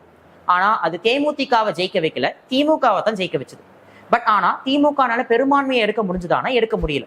ஸோ திமுகவுக்கும் பெரும்பான்மை இல்லை, அதிமுகவுக்கும் பெரும்பான்மை இல்லை. ஸோ எந்த கட்சிக்கும் பெரும்பான்மை இல்லாம கம்யூனிஸ்ட், காங்கிரஸ், விடுதலை சிறுத்தைகள் போன்ற சின்ன சின்ன கட்சிகளுடைய ஆதரவோட 2006ல் கலைஞர் கவர்மெண்ட்டை ஃபார்ம் பண்றாங்க. அதனாலேயே ஜெயலலிதா கலைஞர் கவர்மெண்ட் என்னன்னு கிரிட்டிசைஸ் பண்ணுவாங்கன்னா மைனாரிட்டி டிஎம்கே கவர்மெண்ட் அப்படிங்கிற விமர்சனத்தையே முன்வைப்பாங்க. ஸோ அப்படி வெளியிருந்து ஆதரவு கொடுக்குறோம் அப்படின்னு சொல்லிட்டு காங்கிரஸ், கம்யூனிஸ்ட், விசிகா போன்ற கட்சிகள் சொல்ல 2006ல் டிஎம்கே ஆட்சிக்கு வராங்க. Kalaignar became the chief minister, Karunanidhi முதலமைச்சரா வரார். ஸோ ஜெயலலிதா எதிர்கட்சி தலைவரா பதவி ஏற்கிறாங்க. ஸோ இந்த சமயத்துல கலைஞர் அனைத்தரப்பட்ட மக்களுக்குமான வெல்ஃபேர் ஸ்கீம்ஸ் கொண்டு வராரு. குறிப்பா ஃப்ரீ பீஸ் அப்படின்னு சொல்லக்கூடிய இலவசங்கள் தமிழக அரசியலுக்குள்ளார நுழைய ஆரம்பிச்சது இந்த 2006 தேர்தலுக்கு பிறகுதான். ஏன்னா ஸோ ₹1 2 ரூபாய்க்கு 1 கிலோ அரிசி அப்படிங்கிறத கொண்டு வந்தது. 108 ஆம்புலன்ஸ் ஸ்கீம், அண்ட் தென் வந்துட்டு பாத்தீங்க அப்படின்னா ஸோ கலைஞர் காப்பீட்டு திட்டம் போன்றவை, அண்ட் தென் திருநங்கைகளுக்கான நலவாரியம் கொண்டு வந்ததுன்னு சொல்லிட்டு அனைத்து தரப்பட்ட மக்களுக்கும் ஏத்த மாதிரியான ஒரு வெல்ஃபேர் ஸ்கீம்ஸா கலைஞர் கவர்மெண்ட் இருந்தாங்க. பட் எந்த அளவுக்கு வெல்ஃபேர் ஸ்கீம்ஸ் இருந்ததோ அதை விட சொல்ல போனா 2 மடங்கு அதை விட அதிருப்திங்கிறது இருந்துச்சு. ஒரு நாளைக்கு 18ல இருந்து 20 மணி நேரம் மின்தடை அப்படிங்கிறது இருந்துச்சு. ஓகேங்களா? ஸோ எல்லாருமே அதை ஃபேஸ் பண்ணியிருப்போம். ஓகேங்களா? ஸோ 2 மணி நேரம் கரண்ட் இருக்கும், அடுத்த 2 மணி நேரம் கரண்ட் இருக்காது. இந்த மாதிரியான சுச்சுவேஷன்ஸே தான் இருந்தது. ஸோ இது கலைஞர் கவர்மெண்ட் மேல மிகப்பெரிய ஒரு அதிருப்தி ஏற்படுத்தியது. இன்னொன்னு, அப்ப மத்தியில காங்கிரஸ் ஆட்சியில இருந்தாங்க. ஸோ அந்த கூட்டணியில டிஎம்கே இருந்தாங்க. அந்த காங்கிரஸினுடைய ஆட்சியில இருந்த திமுகவுடைய அமைச்சர்கள் மேல ஊழல் புகார்கள், ரொம்ப முக்கியமா 2G ஊழல் புகார், அந்த நிலக்கரி ஊழல் புகார்னு சொல்லிட்டு பல ஊழல் புகார்கள் வந்தது. அப்போ ஒரு பக்கம் கரண்ட் பவர் ஷார்டேஜ்னு சொல்லக்கூடிய மின்சார பற்றாக்குறை, அது கவர்மெண்ட் மேல ஒரு அதிருப்தி. இன்னொரு பக்கம் பாத்தீங்கன்னா ஊழல் புகார்கள். இது எல்லாமே 2011 தேர்தலில் எதிரொலிச்சது. ஸோ 2011 அடுத்த 5 வருஷம் கழிச்சு மறுபடியும் தேர்தல் அப்படிங்கிறது நடக்குது. ஸோ இந்த எலெக்ஷன்ல ஸோ ஏடிஎம்கே ஒரு ஸ்மார்ட்டான ஒரு மூவ் எடுக்கிறாங்க. 2006ல் அதிமுக தோத்து போறதுக்கு ரீசனே தேமுதிகங்கிற கட்சியை விஜயகாந்த் உருவாக்கி அவங்களுடைய ஓட் பேங்கை ஸ்பிளிட் அப் பண்ணது தான். ஸோ அதனாலேயே 2011ல் விஜயகாந்தை தன்னுடைய கூட்டணிக்கு கொண்டு வராங்க ஜெயலலிதா. ஸோ டிஎம்கே ஒரு பக்கம், விஜயகாந்த் அண்ட் அதிமுக ஒரு பக்கம் தேர்தலை சந்திக்கிறாங்க. ஸோ 91, 96ல் எப்படி ஆளுங்கட்சி படுதோல்வி அடைஞ்சாங்களோ அதே மாதிரி 2011லையும் திமுக படுதோல்வி அடைகிறாங்க. தட் இஸ் லெஸ் தேன் 25 சீட்ஸ்குள்ளார தான் ஜெயிக்கிறாங்க. 234 இடங்கள்ல 25க்கும் குறைவான இடங்கள்ல தான் ஜெயிக்கிறாங்க. சொல்ல போனா எதிர்கட்சி அந்தஸ்து கூட திமுகவுக்கு கிடைக்கல. பெரும்பான்மை அதிமுக ஜெயிக்கிறாங்க. 2வது அதிக நம்பர் ஆஃப் சீட்ஸ் அப்படிங்கிறது விஜயகாந்துடைய தேமுதிகவுக்கு வருது. ஸோ முதலமைச்சரா ஜெயலலிதா, அதே கூட்டணியில இருக்கிற தேமுதிகவுடைய விஜயகாந்த் எதிர்கட்சி தலைவர் ஆகிறார். ஸோ கிட்டத்தட்ட 30 வருஷத்துக்கு பிறகு, தட் இஸ் 91க்கு பிறகு 2011ல தான் பாத்தீங்க அப்படின்னா, தட் இஸ் கிட்டத்தட்ட 20 வருஷத்துக்கு பிறகு ஒரே கட்சி, ஒரே கூட்டணியில் இருக்கிறவங்க ஆளுங்கட்சியாகவும் எதிர்கட்சியாகவும் மாறுறாங்க. ஸோ 2011 காலகட்டத்தில் ஜெயலலிதா சீஃப் மினிஸ்டர் ஆகுறாங்க, எதிர்கட்சி தலைவரா விஜயகாந்த், திமுக டெபாசிட் இழக்கிறாங்க. இந்த பீரியட்ல நமக்கு எல்லாத்துக்கும் தெரிஞ்ச மாதிரி ஜெயலலிதா பல வெல்ஃபேர் ஸ்கீம்ஸ் கொண்டு வராங்க. ஸோ கலைஞர் காப்பீட்டு திட்டத்தை முதலமைச்சருடைய விரிவான சுகாதார காப்பீட்டு திட்டம், the comprehensive chief ministers health insurance ஸ்கீம்னு மாத்துறாங்க. அம்மா குடிநீர், அம்மா உணவகம் மாதிரியான வெல்ஃபேர் ஸ்கீம்ஸ் கொண்டு வராங்க. இந்த மாதிரி பல வெல்ஃபேர் ஸ்கீம்ஸ் அப்படிங்கிறது அந்த காலகட்டத்தில் கொண்டு வரப்படுது. பட் இருந்தாலும் 96 காலகட்டத்தில் அவங்க மேல தொடுக்கப்பட்ட அந்த சொத்து குவிப்பு வழக்கு இப்ப வரைக்கும் அவங்க பின்னாடி தொடர்ந்துட்டே தான் இருந்துச்சு. ஸோ 2014 சொத்து குவிப்பு வழக்குல ஜெயலலிதா குற்றவாளி அப்படின்னு சொல்லி தீர்ப்பு வந்து அவங்க முதலமைச்சர் பதவியை இழக்க, ஸோ உடனடியா அவங்களுடைய விசுவாசியா இருந்த ஓ பன்னீர்செல்வம் மீண்டும் 2வது முறையா முதலமைச்சர் ஆகிறாங்க. ஸோ 2015 சில மாசம் கழிச்சு அவங்க அந்த வழக்குல இருந்து விடுதலையாகி வெளியே வந்ததுக்கு பிறகு மீண்டும் முதலமைச்சரா பதவி இருக்கிறாங்க. ஸோ 2016 வரைக்கும் 5 வருஷம் ஆட்சி அப்படிங்கிறத ஃபுல்ஃபில்லா ரூல் பண்றாங்க. 2016 தேர்தல் ஸோ தமிழக அரசியல் பார்க்காத ஒரு தேர்தல் அப்படின்னு சொல்லலாம். ஏன்னா ஆளுங்கட்சியா இருந்த அதிமுக 234 தொகுதிகள்லையும் ரெட்டலை சின்னத்திலேயே பாத்தீங்க அப்படின்னா போட்டியிடுறாங்க. இன்னொரு பக்கம் திமுக காங்கிரஸ் கூட்டணியில எதிர்கட்சியா இருக்காங்க. மூன்றாவது ஒரு அணி உருவாக்கணும் அப்படிங்கிற கோரிக்கை ஆரம்பிக்குது. அதுதான் மக்கள் நல கூட்டணி அப்படின்னு சொல்லலாம். தட் இஸ் தேமுதிக, கம்யூனிஸ்ட் கட்சிகள், விடுதலை சிறுத்தைகள் கட்சிகள், இந்த மாதிரியான கட்சிகள் எல்லாரும், தமிழ் மாநில காங்கிரஸ் மாதிரியான கட்சிகள் எல்லாரும் சேர்ந்து மக்கள் நல கூட்டணியை உருவாக்குறாங்க. ஸோ ஒரு பக்கம் அதிமுக 234 தொகுதிகள் ரெட்டலை சின்னம், இன்னொரு பக்கம் டிஎம்கே காங்கிரஸ், மூன்றாவதா மக்கள் நல கூட்டணி. இது போக 2010 உருவாக்கப்பட்ட நாம் தமிழர் கட்சி முதல்ல தேர்தல் அரசியலுக்கு வராங்க. தனிச்சு தேர்தலை சந்திக்கிறோம்னு சொல்லி 2016 தேர்தலில் முதல்ல போட்டியிடுறாங்க. ஸோ இந்த தேர்தல் அதிமுகவுக்கு சாதகமா இருந்துச்சு. கிட்டத்தட்ட ஆஃப்டர் நியர்லி 34 இயர்ஸ், 34 வருஷத்துக்கு பிறகு தமிழ்நாட்டில் ஆளுகின்ற ஒரு கட்சியே மறுபடியும் ஆட்சி அமைக்கிறதுங்கிறது இப்பதான். ஏன்னா 84ல ஆட்சியில் இருந்த எம்ஜிஆர் மறுபடியும் தேர்தலை சந்திச்சு ஜெயிச்சு ஆட்சி அமைக்கிறார் இல்லையா, அதே மாதிரி. ஏன்னா அதுக்கப்புறம் ஒவ்வொரு முறை தேர்தல் நடக்கும் போதும் ஆட்சி மாற்றம்ங்கிறது தான் தமிழ்நாட்டில் இருந்தது. ஆனா ஆளுகின்ற கட்சியே 34 வருஷத்துக்கு அப்புறம் மறுபடியும் ஆட்சிக்கு வரதுங்கிறது இந்த டைம் தான் நடந்தது. So Jayalalithaa return to power. But ஆனா 2016 அவங்க பதவியேற்ற சில மாசங்கள்லயே உடல்நலக் குறைவால இறந்து போயிருவாங்க. ஸோ எப்படி 87ல எம்ஜிஆர் இறந்ததுக்கு பிறகு தமிழக அரசியலும் சரி அதிமுகவும் சரி பல பிரச்சனைகளை சந்திச்சாங்களோ, அதே தான் 2016ல ஜெயலலிதா இறந்ததுக்கு பிறகும் நடந்தது. ஸோ 2016 ஸோ நம்ம எல்லாருக்கும் தெரிஞ்ச கதை தான். ஸோ ஜெயலலிதா இறந்ததுக்கு பிறகு ஸோ ஓ பன்னீர்செல்வம் 3வது முறையாக தமிழ்நாட்டினுடைய முதலமைச்சராக பதவியேற்கிறார். ஸோ அதுக்கப்புறம் கட்சியினுடைய முழு பொறுப்பு அப்படிங்கிறது வி.கே. சசிகலா கிட்ட போகுது. ஸோ அவங்க கட்சியினுடைய பொதுச் செயலாளராக தேர்ந்தெடுக்கப்படுறாங்க. ஸோ அவங்க முதலமைச்சராக தேர்வு செய்யப்படுறாங்க. ஆனா அப்ப தமிழ்நாட்டினுடைய பொறுப்பு கவர்னரா இருந்த வித்யாசாகர் ராவ் என்ன பண்ணல அப்படின்னா சசிகலாவை ஆட்சி அமைக்க அழைப்பு விடுக்கல. ஏன்னா ஜெயலலிதா சசிகலா மீதான ஊழல் புகார்கள் மீதான ஃபைனல் ஜட்ஜ்மெண்ட் அப்படிங்கிறது வர இருந்தது. ஸோ பொதுவா எந்த கட்சி பெரும்பான்மையா இருக்காங்களோ அந்த கட்சி யாரை சொல்றாங்களோ அவங்கள முதலமைச்சரா நியமனம் பண்ண வேண்டியது ஒரு கவர்னருடைய கடமை. அதுதான் ஆஸ் பர் கான்ஸ்டியூஷன். ஆனா ஊழல் புகார்கள்ல ஒருவேளை அவங்க குற்றவாளின்னு தீர்ப்பளிக்கப்பட்டுட்டா மறுபடியும் அவங்க முதலமைச்சர் பதவியை ராஜினாமா பண்ணி வேறொருவர் முதலமைச்சர் ஆகணும். ஸோ அதனால கான்ஸ்டியூஷன் படி இந்த மாதிரியான பிரச்சனைகள் வந்தா என்ன பண்ணணுங்கிறதையும் சொல்லலை. ஏன்னா அப்போ அரசியலமைப்பு எழுந்தவங்களுக்கு தெரியாது இத்தனை வருஷத்துக்கு அப்புறம் இப்படி ஒரு பிரச்சனை வரும் அப்படின்னு சொல்லிட்டு. ஸோ அதனால கவர்னரா இருந்த வித்யாசாகர் ராவ் வெயிட் பண்ணிட்டே இருந்தார். இதுக்கு எந்த ஒரு ரெஸ்பான்ஸும் கொடுக்கல. கடைசியா சொத்துக்கு வழக்கு தீர்ப்பு வந்தது. ஸோ சசிகலா உட்பட்டவங்க குற்றவாளி அப்படின்னு சொல்லி தீர்ப்பு வழங்கினாங்க. ஸோ உடனடியா சசிகலா எடப்பாடி கே பழனிசாமியை முதலமைச்சரா நாமினேட் பண்ணாங்க. அதுக்கு அதிமுக எம்எல்ஏக்களும் சப்போர்ட் பண்ணாங்க. So as a result so சசிகலாக்கு பதிலாக EPS became the chief minister in 2017. 2017 Edappadi Palaniswami முதலமைச்சரா பதவியேற்றார். இந்த சமயத்துல தான் தமிழ்நாடு அரசியல் ஸ்டாலின் விசஸ் இபிஎஸ் அப்படின்னு மாற ஆரம்பிச்சது. ஏன்னா முன்னாள் முதலமைச்சர் கருணாநிதிக்கு வயசாயிருச்சு அப்படிங்கிற நிலையும் உடல்நலக் குறைவு காரணம் காட்டியும் அவருக்கு பதிலாக எதிர்க்கட்சி தலைவர் பதவி அப்படிங்கிறது திமுகவில் ஸ்டாலினுக்கு வழங்கப்பட்டது. அப்போ ஸ்டாலின் விசஸ் இபிஎஸ் அப்படின்னு தமிழக அரசியல்களை மாற ஆரம்பிச்சது 2017 இருந்தது. ஸோ 2017 இருந்து இப்ப ஆட்சி கலைஞ்சிரும் அப்ப ஆட்சி கலைஞ்சிரும்னு சொல்லி ஒவ்வொரு முறையும் எதிர்கட்சிகள் அதிமுக ஆட்சி கலைஞ்சிரும்னு சொன்னாங்க. ஆனா கிட்டத்தட்ட மீதி இருக்க 4.25 வருஷத்தையும் அதிமுக கம்ப்ளீட்டா ரன் பண்ணாங்க. இதுக்கிடையில கட்சி சார்பா பல பிரச்சனைகள் அப்படிங்கிறதும் வந்தது. அது எல்லாத்தையும் ஃபேஸ் பண்ற மாதிரி இருந்தது. பிளஸ் கவர்மெண்ட்டுக்கும் நிறைய கிரிட்டிசிசம்ஸ் அப்படிங்கிறது வந்தது. ஆளுநர் மூலியமாகவும் ஏடிஎம்கே கவர்மெண்ட்டுக்கு நிறைய பிரச்சனைகள் வந்தது. இது போக 2020 கொரோனா பெருந்தொற்றுங்கிறது வந்துச்சு. ஆனா அப்போ ஏடிஎம்கே கவர்மெண்ட் அந்த கோவிட் பெருந்தொற்றை ரொம்ப சவாலாக தான் கருதுனாங்க. பட் இருந்தாலும் அதை டேக்கிள் பண்ணி சக்சஸ்ஃபுல்லா கொண்டு வந்துட்டாங்க. ஸோ 2021 தேர்தல். ஸோ 2016 to 21 காலகட்டத்தில் தமிழக சட்டமன்றம் 3 முதலமைச்சர்களை சந்திச்சது. ஜெயலலிதா, ஓபிஎஸ் அண்ட் இபிஎஸ். ஸோ 2021 தேர்தல் யூஸ்வலா இருக்கக்கூடிய ஆன்டி இன்குபன்சி, மக்களுக்கு ஆட்சிக்கு எதிரான ஒரு மனநிலை அது டிஃபால்ட்டாவே இருந்துச்சு. பிளஸ் திமுக அமைச்சிருந்த வலுவான கூட்டணி, திமுக, காங்கிரஸ், கம்யூனிஸ்ட் கட்சிகள், விசிக, மதிமுகன்னு சொல்லிட்டு அண்ட் தென் பல பிராந்திய கட்சிகள், இந்த மாதிரி பல கட்சிகளோட வலுவான கூட்டணியை திமுக ஏற்படுத்தி இருந்தாங்க. பொதுவா அதிமுக மேல இருந்த அந்த ஆட்சிக்கு எதிரான ஒரு அதிருப்தி, இது எல்லாமும் 2021 தேர்தலில் எதிரொலிச்சது. ஸோ 2021 தேர்தல் திமுக கூட்டணி கிட்டத்தட்ட மோர் தேன் 150 சீட்ஸ்க்கு மேல ஜெயிச்சாங்க. திமுக மட்டும் 134 இடங்கள்ல போட்டிட்டு ஜெயிச்சாங்க. ஸோ அதிமுக கூட்டணி கிட்டத்தட்ட 70 இடங்கள்ல ஜெயிச்சிருந்தாங்க. ஸோ பிரதான எதிர்கட்சி அதிமுகவும் ஆளுங்கட்சியா திமுகவும் வந்தாங்க. ஸோ திமுகவின் சார்பா முதலா எம்.கே. ஸ்டாலின் முதலமைச்சரா பதவியேற்றார். ஸோ 2021 இருந்து இந்த 26 வரைக்குமான 5 ஆண்டு காலகட்டத்தில் திமுக அரசால பல நலத்திட்டங்கள் அப்படிங்கிறது கொண்டு வரப்பட்டிருக்கு.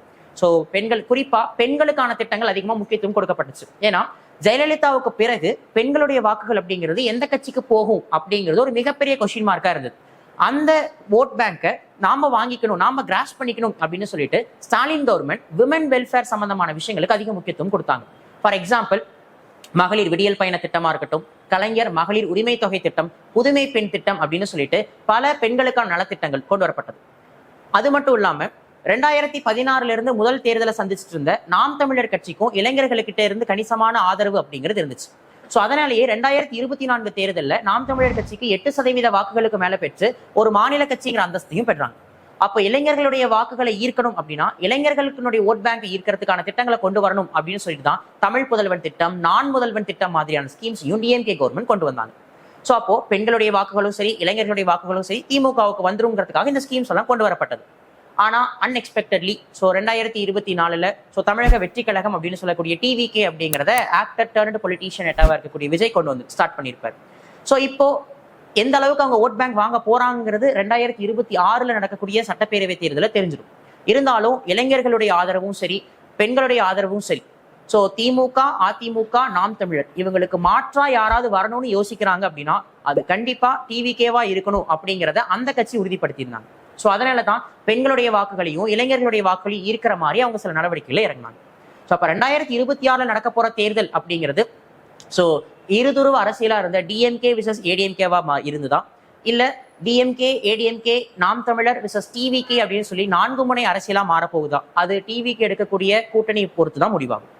ஆனா மக்கள் என்ன முடிவெடுக்கிறாங்க அப்படிங்கிறது மே 4 நடக்கக்கூடிய ஓட்டிங் ரிசல்ட்ஸ்ல நமக்கு தெரிய வந்துடும். ஸோ இனி அடுத்து நாம என்ன பண்ண போறோம் அப்படின்னா எலெக்ஷன் அப்படின்னு சொல்லிட்டு ஒரு சீரியஸ் ஒன்று ஸ்டார்ட் பண்ண போறோம். 51 இருந்து இப்ப வரைக்கும் ஒவ்வொரு முதலமைச்சர்களும் எப்படி ஜெயிச்சாங்க தோத்தாங்கிற அரசியல் இந்த வீடியோல நம்ம பார்த்தோம். அவங்க காலகட்டத்தில் எக்ஸாம் பாயிண்ட் ஆஃப் வியூல டிஎன்பிசி எக்ஸாம்ஸ்க்கு தேவை என்ன, யூனிட் 6ல அவங்க கொண்டு வரக்கூடிய ஸ்கீம்ஸ் என்னங்கிறத கொஸ்டினா கேட்பாங்க. அப்போ ஒவ்வொரு முதலமைச்சர்களும் என்னென்ன திட்டங்கள் கொண்டு வந்தாங்க, என்னென்ன முக்கியமான ஈவெண்ட்ஸ் நடந்ததுங்கிறத ஒவ்வொரு சட்டமன்றத்துக்கும் ஒவ்வொரு வீடியோஸும் நம்ம அடுத்தடுத்து பார்க்க போறோம். Thank you all.